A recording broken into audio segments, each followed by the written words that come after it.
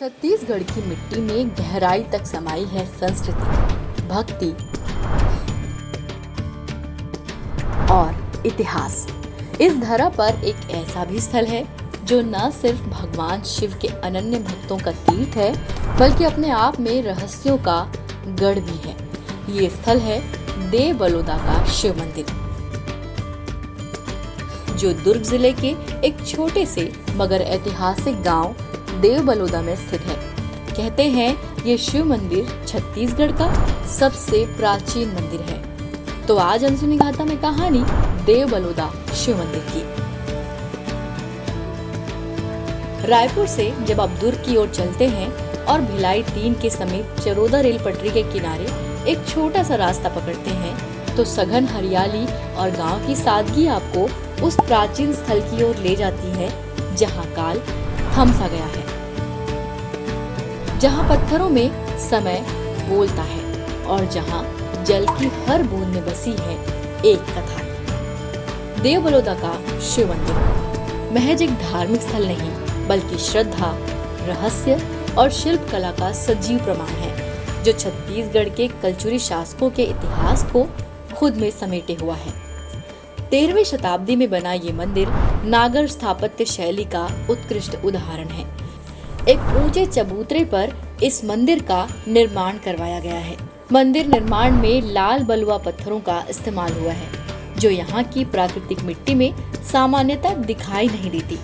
इन्हें कहीं दूर से लाकर तराशना और इस कला को साकार करना कलचुरी काल की तकनीकी और कला दृष्टि को दर्शाता है। लेकिन ये शिव मंदिर सिर्फ कला का नमूना नहीं, बल्कि इसके साथ जुड़ी हैं कई ऐसी लोक कथाएं जो इसे रहस्य और आस्था का केंद्र बनाती हैं। मंदिर निर्माण को लेकर ये भी कहा जाता है कि ये मंदिर छमासी मंदिर है, जिसका मतलब है कि एक ऐसा मंदिर जिसका निर्माण उस रात में किया गया है जो 6 महीने की थी। कहा जाता है कि जब इस मंदिर का निर्माण हो रहा था, तब लगातार 6 महीने की रात रही। ना कोई सूर्य, ना उजाला, बस छाया, अंधकार और शांति। इसी काल में एक महान शिल्पकार ने इस शिव मंदिर को आकार दिया। मंदिर बनाने वाला शिल्पकार पास बने कुंड में स्नान करता, फिर नग्न अवस्था में पत्थरों को तराशता, गढ़ता, जीवन देता। उसका समर्पण इतना प्रबल था कि उसे अपने वस्त्रों का भी भान न रहा। लेकिन एक दिन कुछ ऐसा हुआ जिसने सब कुछ बदल दिया। उस रात उसकी बहन भोजन लेकर आई थी। जैसे ही उस शिल्पकार की नजर अपनी बहन पर पड़ी, उसे अपनी नग्न अवस्था का एहसास हुआ। वो लज्जा से भर गया। उसने एक क्षण में निर्णय लिया और उसी कुंड में कूद गया जहां वो प्रतिदिन स्नान करता था। उसकी बहन ने जब ये दृश्य देखा तो वो भी दुख से व्याकुल हो गई और पास के तालाब में कूद गई। जिस तालाब में शिल्पकार की बहन ने कूदकर जान दी, उसे करसा तालाब कहते हैं। ऐसा इसलिए क्योंकि बहन के सिर पर एक करसा यानी कि कलश था, जो आज भी उस तालाब के मध्य एक शिलाखंड के रूप में दिखाई देता है, खासकर तब जब पानी कम हो। एक और कथा कहती है कि शिल्पकार उस जलकुंड के भीतर मौजूद सुरंग से होकर आरंग नाम के गांव तक पहुंच गया और एक पत्थर की मूर्ति में बदल गया। आज भी आरंग के उस मंदिर में शिल्पकार की मूर्ति दिखाई देती है और यही वजह है कि इस मंदिर का निर्माण अधूरा रह गया। इसका उदाहरण आप मंदिर के गुंबद में देख सकते हैं, जो आज भी अधूरा है। शिव मंदिर की दीवारों पर कई नक्काशी अद्भुत है। यहाँ रामायण, महाभारत, देवी देवताओं की मूर्तियाँ, पशु पक्षी, वृक्ष और युद्ध नृत्य के दृश्य हर एक आकृति में दिखाई देते हैं और ऐसे लगते हैं जैसे सजीव हो। एक फलक पर माताएं अपने शिशुओं को उठाए वृक्ष के नीचे खड़ी हैं, तो दूसरे पर नरसिंह अवतार हिरण्यकश्यप का वध कर रहे हैं। मंदिर के गर्भगृह में जाने पर आप शिव की आस्था का वो एहसास कर पाएंगे जो आपको कहीं नहीं होगा। मंदिर के गर्भगृह में जाना एक अनुभूति है। सीढ़ियों से नीचे उतरते हुए आपको सिर झुकाना पड़ेगा। मंदिर के गर्भगृह में स्थापित है एक प्राचीन शिवलिंग, जिसके दोनों ओर फन फैलाए 2 नाग विराजमान हैं।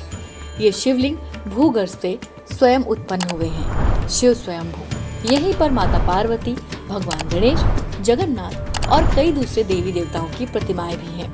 मंदिर प्रांगण में एक सुंदर कुंड है, कुंड को लेकर एक मान्यता ये भी है कि इसमें 2 कुएं हैं। एक कुएं का जल कभी नहीं सूखता, यही जल प्रतिदिन शिवलिंग का अभिषेक करता है। दूसरा कुआं एक सुरंग से जुड़ा है जो आरंग तक जाती है। मंदिर से जुड़ी एक और किंवदंती है। कहते हैं एक मछली जो सोने की नथनी पहने हुए है कभी कभार दिखाई देती है, कई वर्षों में एक बार। ये कितना सच है कोई नहीं जानता, लेकिन श्रद्धा और कथाओं के मिश्रण से जो विश्वास जन्म लेता है वो विज्ञान की परिधि से कई बार परे होता है। मान्यताओं के इस शिव द्वार पर एक और मान्यता ये भी है कि यहाँ नाग नागिन का जोड़ा निवास करता है। कभी मंदिर प्रांगण में विचरण करते, लेकिन वो कभी किसी को नुकसान नहीं पहुँचाते। ग्रामीण तो ये भी मानते हैं कि वो स्वयं भगवान शिव के प्रतीक है। सावन का महीना जब आता है तो ये मंदिर हर दिन शिव भक्तों से गुलजार रहता है। महिलाएं, पुरुष, बच्चे सब अपनी अपनी श्रद्धा के साथ जल चढ़ाने आते हैं। कोई जल कुंड का घर लेकर जाता है तो कोई नंदी की मूर्ति के सामने बैठकर प्रार्थना करता है। लोग मानते हैं कि यहाँ का जल रोग, बाधाओं और नकारात्मक ऊर्जा से मुक्ति दिलाता है। ये विश्वास, ये आस्था ही तो वो ताकत है जो शिव मंदिर को आज भी जीवंत बनाए हुए है। शिव पर श्रद्धा महाशिवरात्रि में भी यहाँ देखने को मिलती है, जिसे देव बलौदा का उत्सव कहा जाता है। देव बलौदा शिव मंदिर सिर्फ इतिहास नहीं, वर्तमान भी है और भविष्य भी। ये अधूरा मंदिर पूरी आस्था का प्रतीक है। क्या आपको पता है देव बलौदा के इस शिव मंदिर का निर्माण किस शताब्दी में हुआ था?